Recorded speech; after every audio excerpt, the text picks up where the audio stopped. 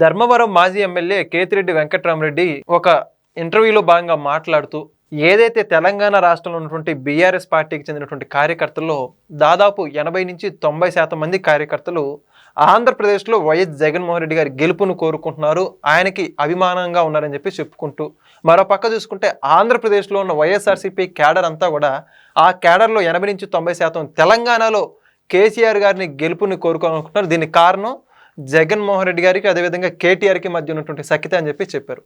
మరి మొత్తానికి ఇదే అంశం గురించి మరిన్ని విషయాలు తెలుసుకోవడానికి మనతో ఉన్నారు సీనియర్ జర్నలిస్ట్ డాక్టర్ కనకదుర్గ వర్లమణి గారు. నమస్కారం.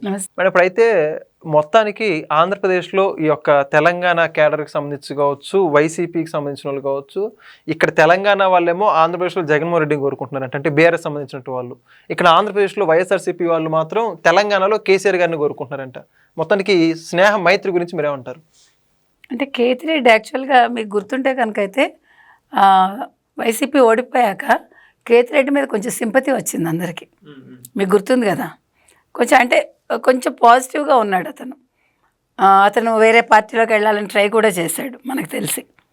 కాకపోతే అతని మీద కొన్ని ఆరోపణలు రావడంతో అది వెనక్కి వెళ్ళిపోయింది. అంతకుముందు గుడ్ మార్నింగ్ ధర్మవరం చేసినప్పుడు కూడా అతనికి మంచి పేరుంది. కాకపోతే ఏంటంటే ఆఫ్ లైట్ మళ్ళా ఇంకా ఎక్కడా దిక్కులేదు కాబట్టి వైసీపీలోనే ఉండాలి కాబట్టి ప్లేట్ ఫిరాయిస్తున్నాడు కేతిరెడ్డి. మొన్న లొకేషన్ కూడా చాలా అంటే ఏమనాలి, నీచంగానాలో లేకపోతే చాలా తక్కువ చేసి మాట్లాడాడు. నేను అనేది ఏంటంటే ఎవడైనా సరే రాజకీయాల్లో ఉన్నప్పుడు ఒక మర్యాద అనేది ఉంటుంది.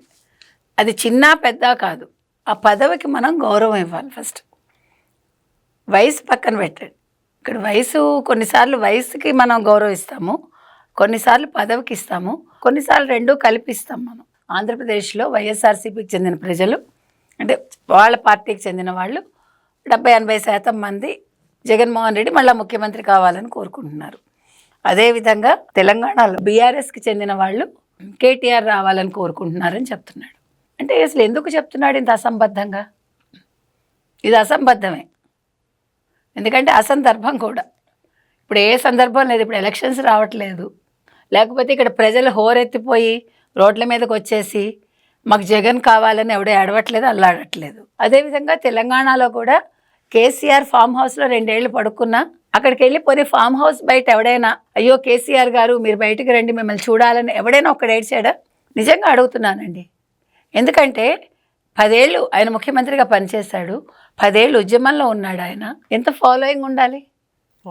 అదేంటి కేసీఆర్ గారు మీకు ఏమైంది, ఎందుకు పడుకున్నారు అని ఇంతవరకు ఒక్కడు పరామర్శించాడా?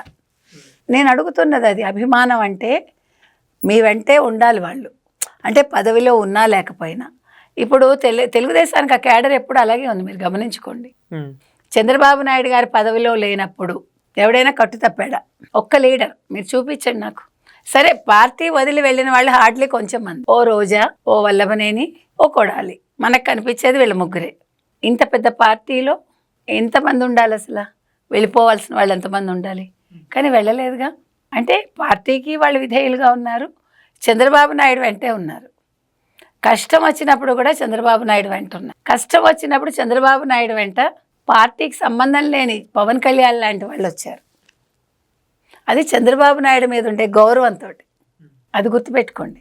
ఈయనే మళ్ళా ముఖ్యమంత్రి కావాలి, ఈ రాష్ట్రం బాగుపడాలంటే అని చంద్రబాబు నాయుడిని కోరుకున్నారు. ఇవాళ జగన్మోహన్ రెడ్డి కోసం అట్లా ఎవడైనా వచ్చాడా? ఒక్కళ్ళని చూపించండి నాకు. ఇవాళ కేతిరెడ్డి అంటున్నాడు కదా అందరూ కోరుకుంటున్నారని. అసలు నీ క్యాడర్ ఎంత ఉంది కేతిరెడ్డి? వైసీపీ క్యాడర్ ఎంత ఉంది? ఇవాళ వైసీపీలో పట్టుమని 10 మంది ఉన్నారా? ఇప్పుడు ఓడిపోయిన వాళ్ళు ఎక్కడున్నారు, గెలిచిన వాళ్ళు ఎక్కడున్నారు?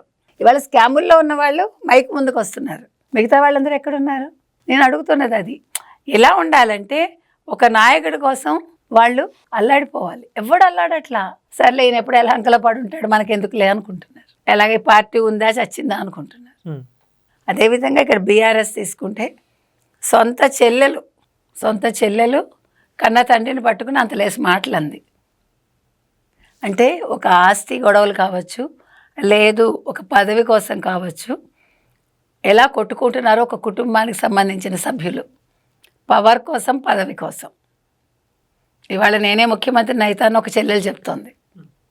మరి ఇంకేంటి, ఎక్కడ బీఆర్ఎస్లో ఎవరు కోరుకుంటున్నారు కేటీఆర్ ముఖ్యమంత్రి కావాలని? సొంత చెల్లెలు కోరుకోలేదు, నేను వారసురాలని అంటుంది. అక్కడ ఇంకో చెల్లెలు నా కొడుకు వారసుడు అంది షర్మిల. చంద్రబాబు నాయుడు కుటుంబంలో కానీ ఎన్టీఆర్ గారి కుటుంబంలో కానీ ఏ ఒక్కరైనా చంద్రబాబు నాయుడు కాకుండా ఇంకెవరైనా ముఖ్యమంత్రి కావాలని కోరుకున్నారా? నాకు చెప్పమనండి ఇవాళ. పోనీ 1 రోజు 2 రోజులు కాదు, 30 ఏళ్ల క్రితం మాట్లాడుతున్నాను. 30 ఏళ్ల క్రితం నుంచి ఇప్పటి వరకు 30 ఏళ్ళు అయింది. మధ్యలో కోపాలు వచ్చి వెళ్ళిపోయిన వాళ్ళే వచ్చి సారీ చెప్పారు. చంద్రబాబు నాయుడే ధీటైన మనిషి అని చెప్పారు. చంద్రబాబు నాయుడే ముఖ్యమంత్రిగా పనికొస్తాడని ఆయన కుటుంబం వాళ్ళు కాదు, ఆయన భార్య కుటుంబం వాళ్ళు చెప్పారు. చంద్రబాబు నాయుడు భార్య కుటుంబం వాళ్ళు. అవునా? అది కావాలనుకోవడం. కాబట్టి ఇవాళ కేతిరెడ్డి ఏదో మాట్లాడితే, కేతిరెడ్డి ఇవాళ ఏం చేయాలో తెలియక ఆయన ఇట్లా మాట్లాడుతున్నాడు. ఆయనకుంటే కొద్దో గొప్ప పేరు నిలబెట్టుకోమనండి. ఎందుకు పాడు చేసుకుంటాడు ఆయన జగన్మోహన్ రెడ్డి కోసం? జగన్మోహన్ రెడ్డి ఇంకా ఎలాగా రాడు, వైసీపీ ఎలాగా ఉండదు. ఇంకో 10 ఏళ్ళు కాదు 20 ఏళ్ళైనా ఇవాళ చెప్తున్నా, రాసి పెట్టుకోండి, వైసీపీ అనేది రాదు. పక్కవాడి క్రెడిట్ నాదని క్రెడిట్ చోరీ చేసేవాడు నాయకుడు ఎందుకు అవుతాడు? చోరీ, క్రెడిట్ చోరీ, ఇది జగన్మోహన్ రెడ్డి స్పెషల్ పేరు ఇవాళ నుంచి. ఒక చోరీ, ఒక చోర్ అనుకోండి, చోర్, క్రెడిట్ చోర్, ఇది జగన్మోహన్ రెడ్డి నిక్ నేమ్ ఇవాళ నుంచి, గుర్తుపెట్టుకోండి. అదేవిధంగా బీఆర్ఎస్లో ఇవాళ ఇంకేముంది, అసెంబ్లీకి వస్తా అన్నాడు, రెడీగా ఉండండి అని ఛాలెంజ్ చేశాడు కేసీఆర్. ఏమయ్యాడు? 9 నిమిషాలు కూడా లేడు అసెంబ్లీలో. అవునా? ఎందుకని? తప్పు చేయకపోతే నిలదీయాలిగా. ప్రతిదానికి వాకౌట్ చేయడానికి కాదు మిమ్మల్ని ఎన్నుకున్నది ప్రజలు. ఇక్కడేమో అసెంబ్లీకే రారా, ఇక్కడ వస్తామని ప్రగల్భాలు పలికి వచ్చి వెళ్ళిపోతారా? ధర్నాలు చేస్తారా? డబ్బులు తీసుకుంటారా? మీరు జీతాలు తీసుకుంటారా? ప్రజల సొమ్ము. ప్రజలు నిలదీయండి. నేను ఒకటే చెప్తున్నానండి, వచ్చే ఎన్నికల్లో అసెంబ్లీలో సజావుగా మాట్లాడేవాడికే ఓటేయండి. లేదంటే ప్రతిపక్షంగా కూడా వాళ్ళని ఉంచకండి. ప్రతిపక్షంగా అంటే ప్రతిపక్ష నేతగా కానీ లేదా ప్రతిపక్షంలో ఉండడానికి కానీ అనర్హుడిగా ప్రకటించి మీరు అసలు ఓటే వేయొద్దు అలాంటి వాళ్ళకి. మీరు 11 సీట్లు 10 సీట్లు ఇవ్వకండి ఎవరికి. గంపగుత్తగా ఒక పార్టీకే వేయండి. ఇక్కడ రేవంత్ రెడ్డికి వేస్తారో అక్కడ చంద్రబాబు నాయుడుకి వేస్తారో ఆలోచించుకుని వేయండి. ఎందుకంటే రాష్ట్రం అభివృద్ధి పదంలో వెళ్ళాలి. ఒక్కసారి అలా జరగాలండి. ఇక్కడ 175కి 175, ఇక్కడ 119కి 119 ఒక్కసారి చరిత్రలో రావాలండి. వస్తే ప్రతిపక్షంలో ఉండే వాళ్ళకి బుద్ధి వస్తుంది. అంటే నేను ప్రతిపక్ష నేతగా కూడా పనికిరానని ప్రజలు తీర్మానించారు. ఇలా కాదు నేను ఉండాల్సింది, నేను ప్రజల్లో ఉండాలి, లేదు అసెంబ్లీలో ఉండాలని వాళ్ళు తెలుసుకుంటారు. Thank you.